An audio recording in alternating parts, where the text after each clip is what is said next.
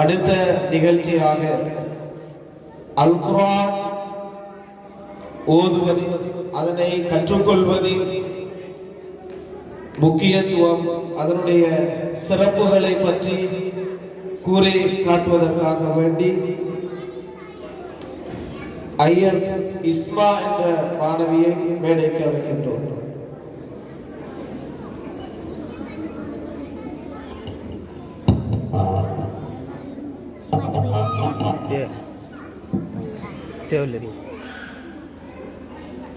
Bismillahirrahmanirrahim. Alhamdulillahi Rabbil Alamin.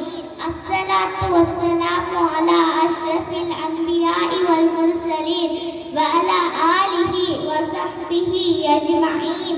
Amma ba'd. Faqad qala Allahu ta'ala fil Qur'anil Karim. A'udhu billahi minash shaitanir rajim.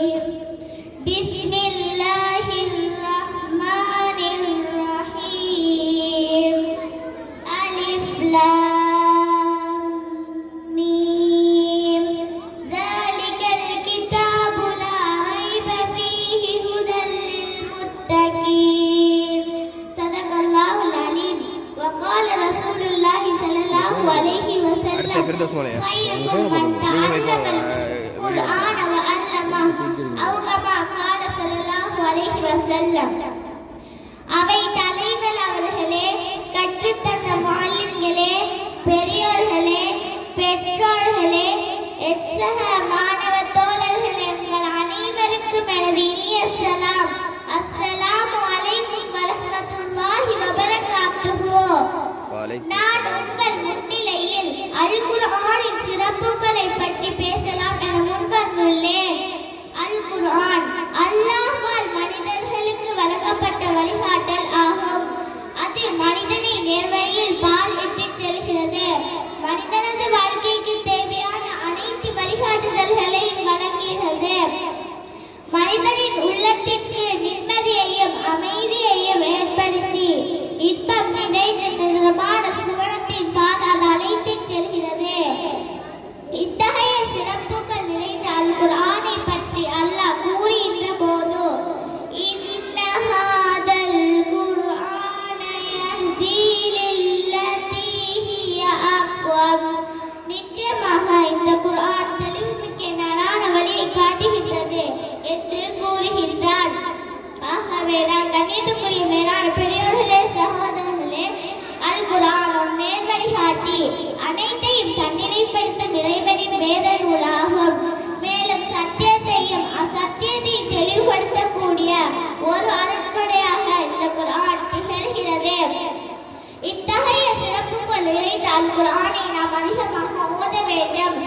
நபி ஸல்லல்லாஹு அலைஹி வஸல்லம் அவர்கள் கூறினார்கள், எவரது உள்ளத்தில் அல் குர்ஆனின் ஒரு சிறு பகுதி ஏன் இல்லையோ அவரது உள்ளம் பாலடைந்த வீடு போன்றாகும். ஆகவே தான் கண்ணியத்துக்குரிய மேலான பெரியோர்களே, சகோதரர்களே, இந்த நபிமொழி ஒவ்வொரு மனிதனும் அல் குர்ஆனோடு தொடர்புபட்டு ஒரு சிறு பகுதியாவது ஓதி அதனை மரணமிட வேண்டும் என்பதனை உணர்த்துகிறது. எனவேதான் கண்ணியத்துக்குரிய மேலான பெரியோர்களே, சகோதரர்களே, அல் குர்ஆனை ஓதுவதன் மூலம் உள்ளத்தில் படித்திருக்கும் துருக்கள் நீங்குகிறது, மன அழுத்தத்தை குறைக்கிறது, மேலும் அல்லாஹ்வின் உதவி கிடைப்பதற்கு காரணமாக அமைகிறது. அது மட்டுமன்றி நபி ஸல்லல்லாஹு அலைஹி வஸல்லம் அவர்கள் அல் குர்ஆனை ஓதுபவர்களுக்கு மறுமையில் அல்லாஹ்விடத்தில் அது சிபாரிசு செய்யும் என்பதாக கூறியிருக்கிறார்கள். ஆகவே தான் கண்ணியத்துக்குரிய மேலான பெரியோர்களே, சகோதரர்களே, நாம் குர்ஆனை திருத்தமாகவும் தஜ்வீத் முறைப்படி மோத கற்றுக்கொண்டு தவறாமல் அதை ஓதி வர வேண்டும். அது மட்டுமன்றி அதன் கருத்துக்களை விளங்குவதற்கு முயற்சி செய்ய வேண்டும். ஒவ்வொரு நாளும் ஒரு சிறு பகுதியாவது ஓதி அதனை வளரவிட வேண்டும்.